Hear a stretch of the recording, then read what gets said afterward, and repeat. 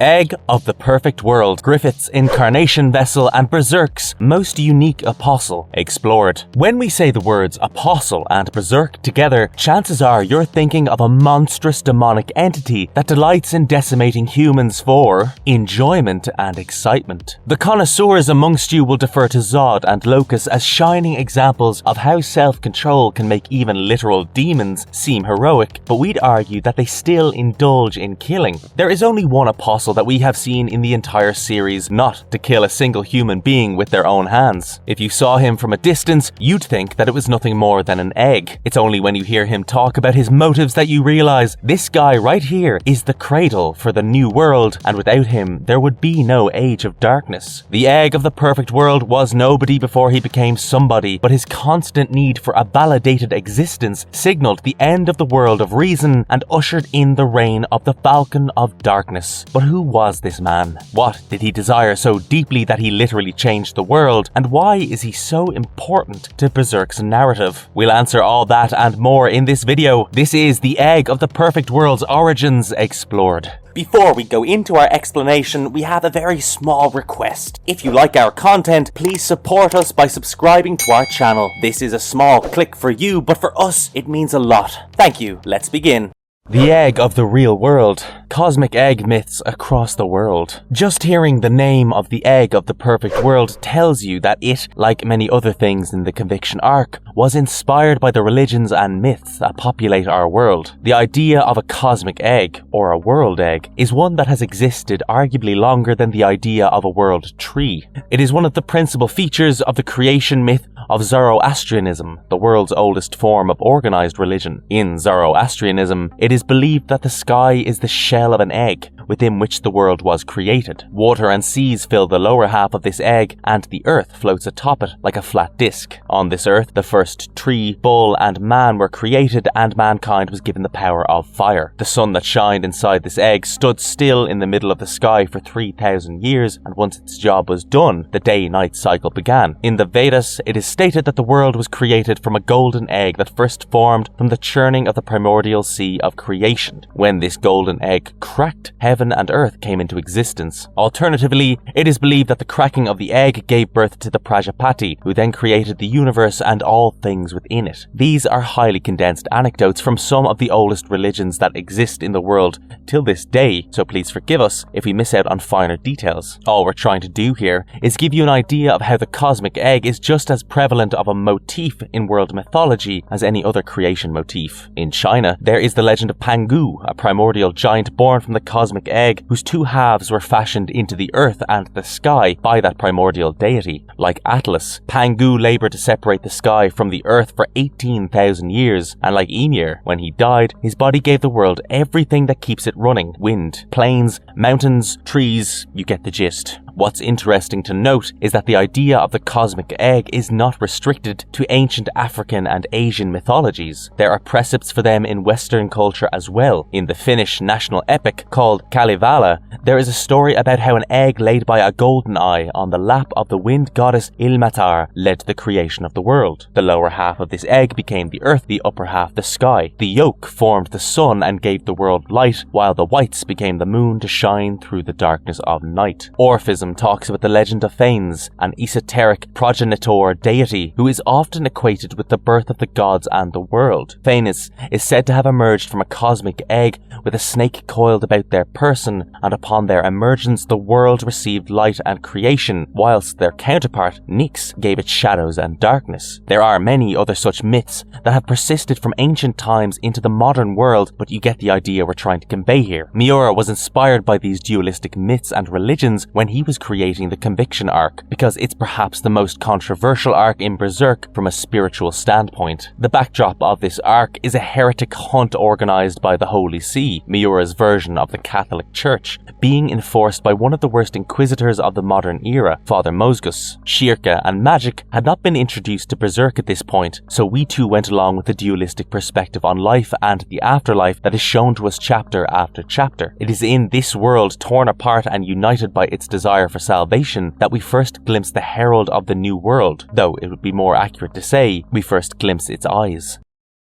He is a silent observer and catalyst of a ceremony that happens once in 1,000 years. The Egg of the Perfect World and the Tower of Conviction. The Egg of the Perfect World is perhaps the best built apostle in terms of his introduction, because all we see of him for a few chapters are his eyes. After arriving on the holy ground of St. Albion with Faranisi de Vandemion and her holy Iron Chain Knights, Miura decided to give us a rundown of the living conditions of the war refugees of Midland, and they were dire. The Tower of Conviction, which was also the base of operation for Father Mosgus's heretic hunt, was surrounded by a swarm of makeshift tents, populated by hundreds, if not thousands of people across all walks of life. Disease and death were common visitors to these temporary homes, and harlots were forced to practice their trade even in a place like this. It was the latter thing that became that window for our introduction to the Egg of the Perfect World. The reason behind the arrival of Father Mosgus in the Holy City was a massive heretic cult operating somewhere in the slums and surroundings of St. Albion. This cult, dedicated to worshipping a fire goddess, aka Slan, had grown so bold that they were now executing Holy See priests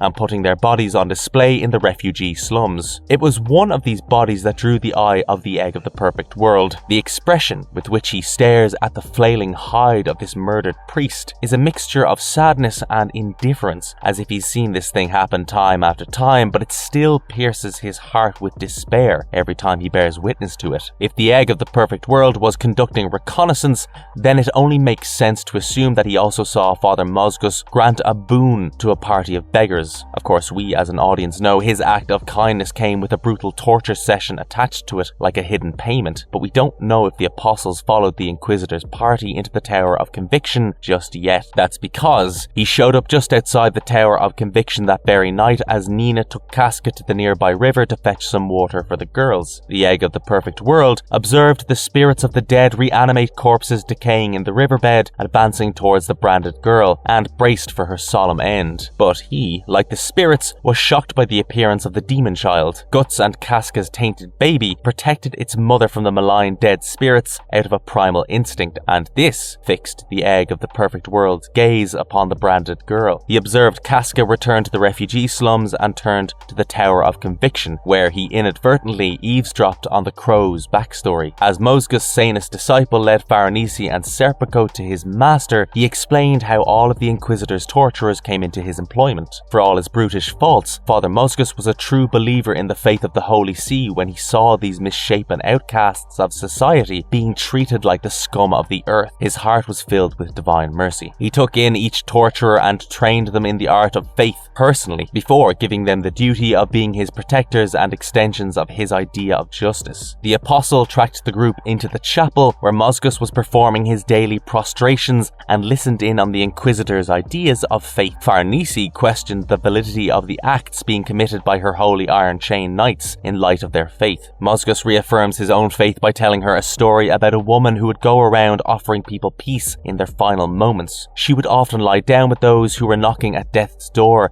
and cover them with a literal and metaphorical blanket of comfort to ease their pain into the afterlife. One day, she found an emaciated old man by the wayside of a road and went to perform her duty when she was rejected by him. The man claimed that his rotting body was evidence of him having lived a full life, and the woman's comfort would steal the chill of death from him. Mosgus uses this logic to justify the torture he administers to his victims as being ordained by the Holy See's scriptures. He says he takes no joy in his duty, but he will not falter from fulfilling it either. Everything they do in God's name, and Farnese's swaying heart is made steel by the Inquisitor's words. The apostle hears all this and steals into the night, showing up at a location that was the exact opposite of the Holy Chapel, the cave of the cult of the Flame Goddess. The Egg of the Perfect World watches with a look that can almost be called admiration as Nina inducts Joachim into her world of flesh and debauchery. He observes the unwitting participant of a heretic ritual go through most of the stages of induction, even kissing the great god's serpentine member. together just to be with Nina. But when Joachim realizes that the heretic stew was actually made out of the same stuff as Soylent Green, he decides he's tested his own moral boundaries enough for one night. Joachim makes a break for it, and Nina, the crazy little coward that she is, sends her kinfolk after him in order to preserve their secret. Good news is Nina doesn't actually have the heart to get her hands dirty. Joachim is so terrified of everything he had just participated in that he fell off a cliff into the river down below. The bad news was that this marked the beginning of the egg of the perfect world's involvement in the story. So far, he has been a passive observer to the vices of humanity unfolding in the shadows of one of the holiest cities. Now, he was going to be an active participant, and his first act was to pull Joachim out of the river. You'll see why this is so important in just a minute.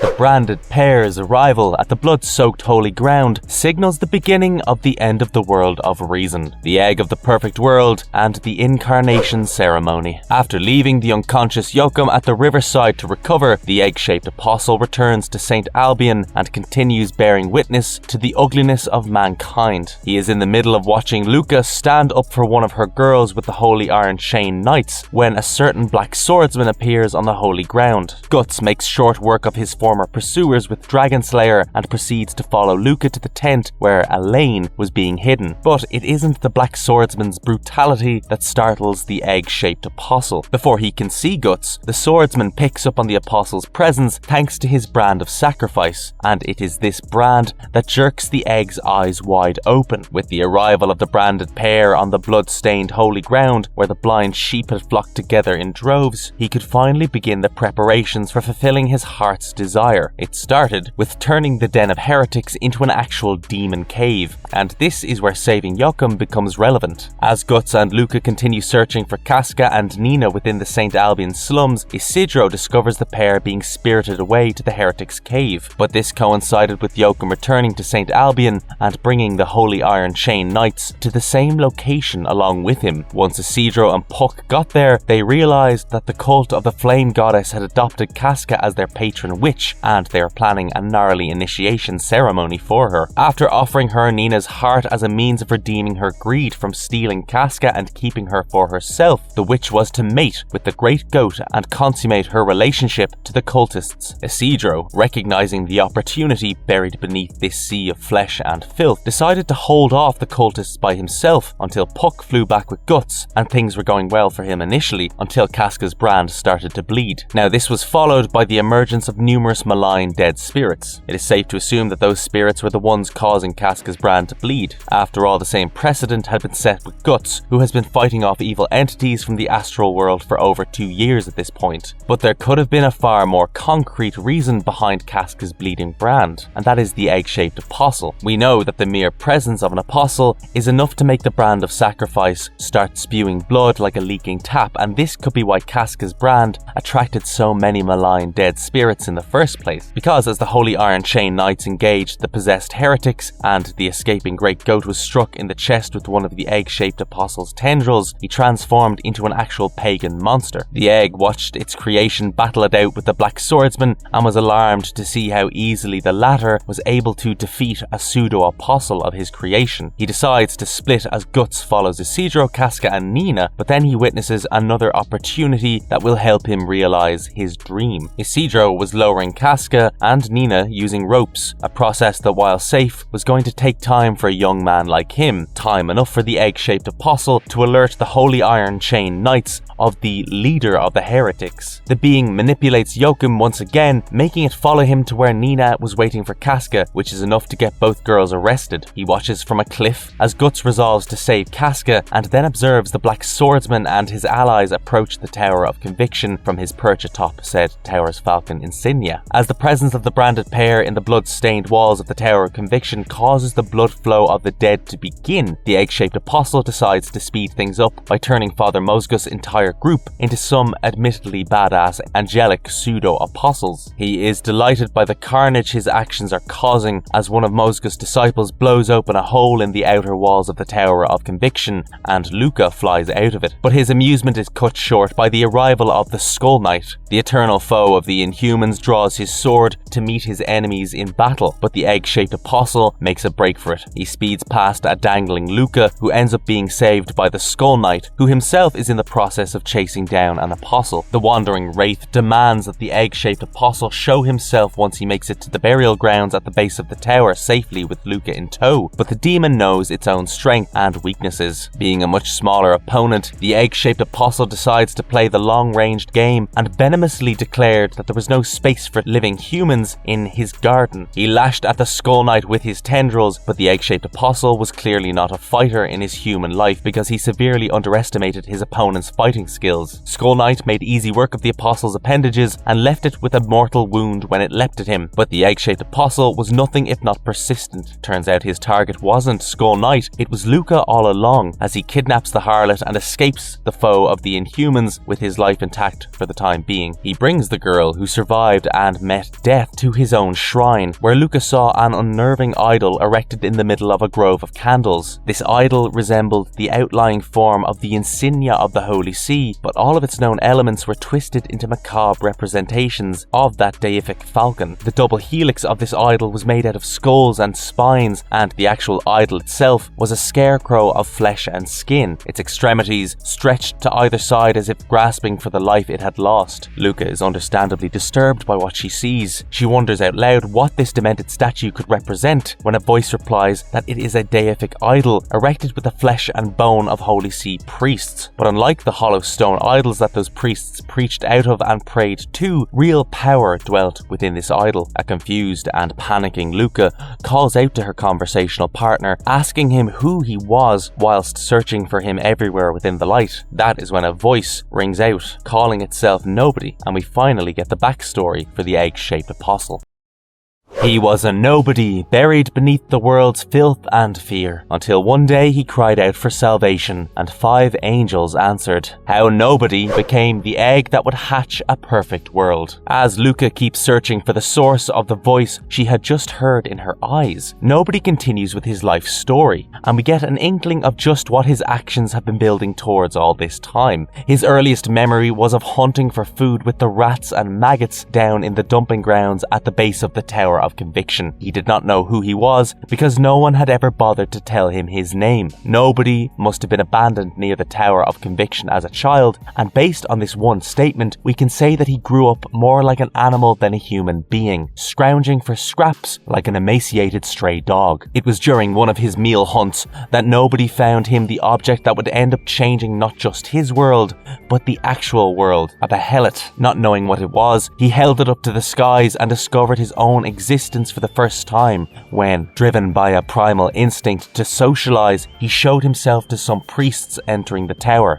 But he was driven away like an animal, the priests showering him with rocks and calling him a monster for his hideous appearance. Since his entire existence revolved around simply existing, Nobody decided to dig himself a hole in the rocks around the Tower of Conviction and play dead despite clearly being alive. At night, he would venture forth and fish for food from the Holy Sea's refuse. At day, he would just sit in his hole like a stone idol, as if he were not even breathing. Eventually, he dug deeper into his own hole, and one day it finally happened. The world forgot about him entirely. Nobody's hole had become so deep that someone must have assumed it had always been there. What other reason could they have for chucking corpses into it and turning it into a grave hole? They could not have known that a person was living inside it all this time, because Nobody was sure he was never seen. Soon, the man who dwelt within this holy ground was buried underneath a mound of corpses. He couldn't even move away from them out of sheer terror of seeing a human corpse for the first time. As he lost consciousness, his blood, despair, and deep desires to have existence verified in the world all entered into his behelit, which activated and summoned the 5 angels. Thanks to the God Hand,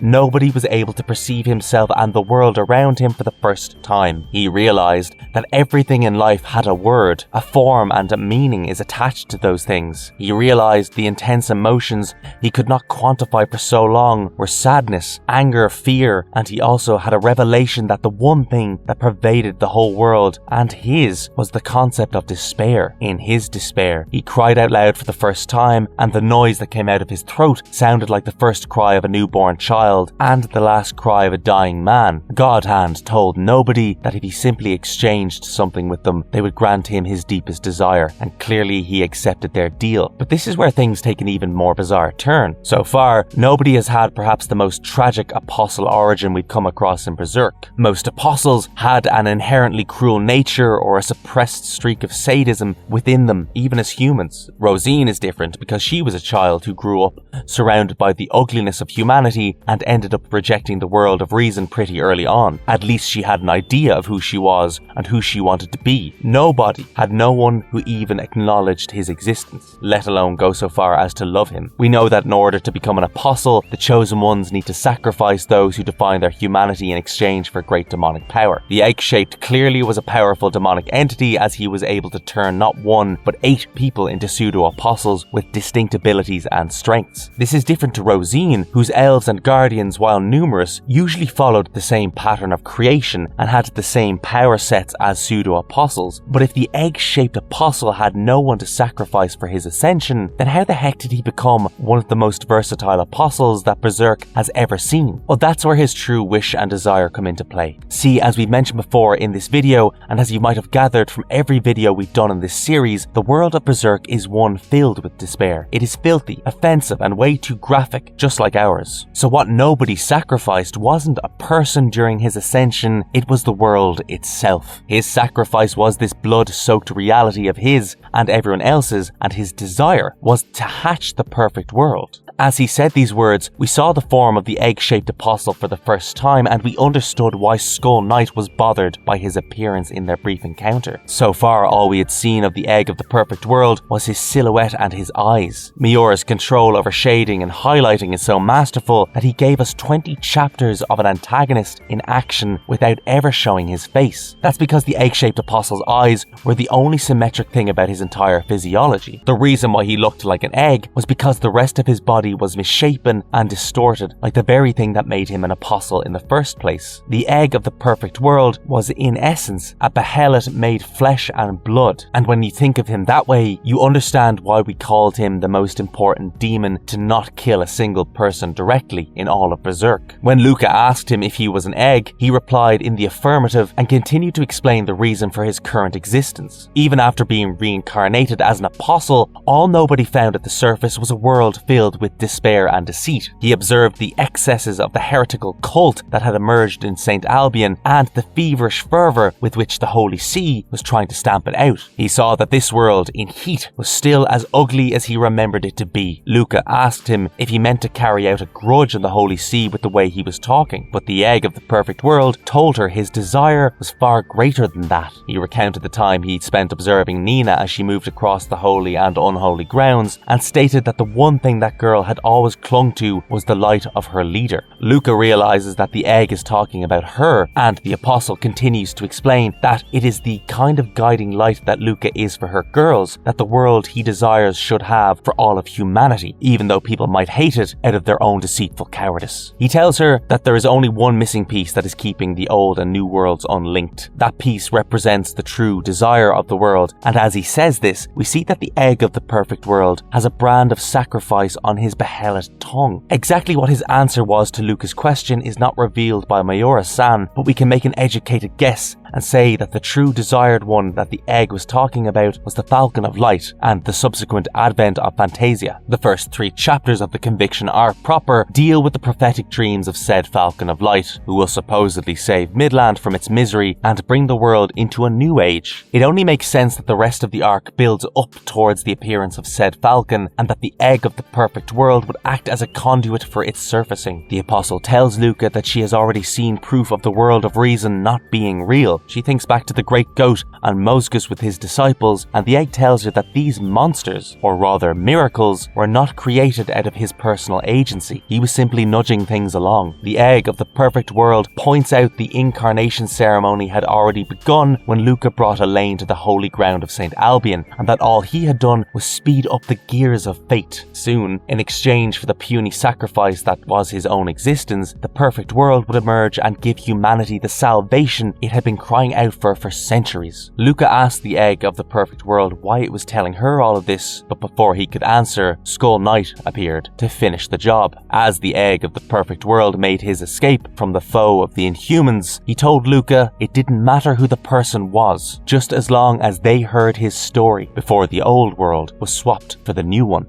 Why the egg of the perfect world is the most important apostle in Berserk, despite having the lowest personal body count. When Skull Knight met Guts as the latter journeyed towards St. Albion, he told the Black Swordsman that what awaited him at the holy ground was an imitation of the eclipse, which would end up symbolizing the rebirth of he whose symbol was the falcon. Turns out, Mayura meant that both metaphorically and literally, because the incarnation ceremony did end up looking like a massive eclipse. Sporting a mortal wound, the egg of the perfect world pulled himself out of his lair and made his way towards the Tower of Conviction, but his destination wouldn't exactly remain in one piece. When the Skull Knight had begun his chase of the Apostle, the tower was still standing tall and bathing St. Albion in its ominous shadow. After the advent of the blood flow of the dead, the entire holy city was being flooded by malice and the desire for salvation. The bloody blobs that had appeared within the tower itself caused it to collapse in such a way that its top blew apart and started resembling the manifestation of the God Hand. Father Mosgus' flames caused a massive brand of sacrifice-shaped fire to grow within the refugee slums of St. Albion, and the possessed refugees themselves started acting like those apostles who had gathered for that infernal nocturnal feast. You have to read the Shadows of Idea chapters to truly understand the artistic brilliance of Mayura in this reenactment of the eclipse. Nearly everything about the incarnation ceremony is similar to the fifth eclipse, which signaled the rise of Femto, except for two crucial details: the persistence of the egg of the perfect world and the existence of the demon child. As the dying herald of the future climbed the Tower of Conviction, he glanced at Father Mosgus in his pseudo-apostle form and wondered for a moment if he could have been somebody had he met that man at some point in his life. But those thoughts were brushed aside by his deep desire to see a new world be born from the ashes of his old one. For too long he had looked up at the humans who only belittled or entirely ignored his existence. Now he would see them awake in a world that was of his creation from his own summit of solitude. He sensed that this was his life's purpose, but before he could fulfill it, the egg of the perfect world came across Casca and Guts' demon child. He had seen this child before, protecting Casca from dead spirits when she was with Nina, and then again in the Tower of Conviction. Despite being a demonic entity, the demon child possessed a body of flesh because he was a fetus tainted by Femto's seed. But even this unique existence could not keep up with the overwhelming blood flow of the dead forever. The egg of the perfect world sensed instinctively that the demon child was dying from its efforts to protect its mother, and this is where we think he went off script from causality. Everything that had happened so far was a part of the plan: the manipulation of Joachim, the transformation of the Great Goat and Mosgus, even the face-off against Skull Knight. The egg of the perfect world showed his humanity twice in his existence as an apostle. First, when he told Luca his life story, and then when he swallowed the demon child out of pity. The apostle felt a sense of kinship with the demon child. It, like him, was dying as the old world crumbled around it.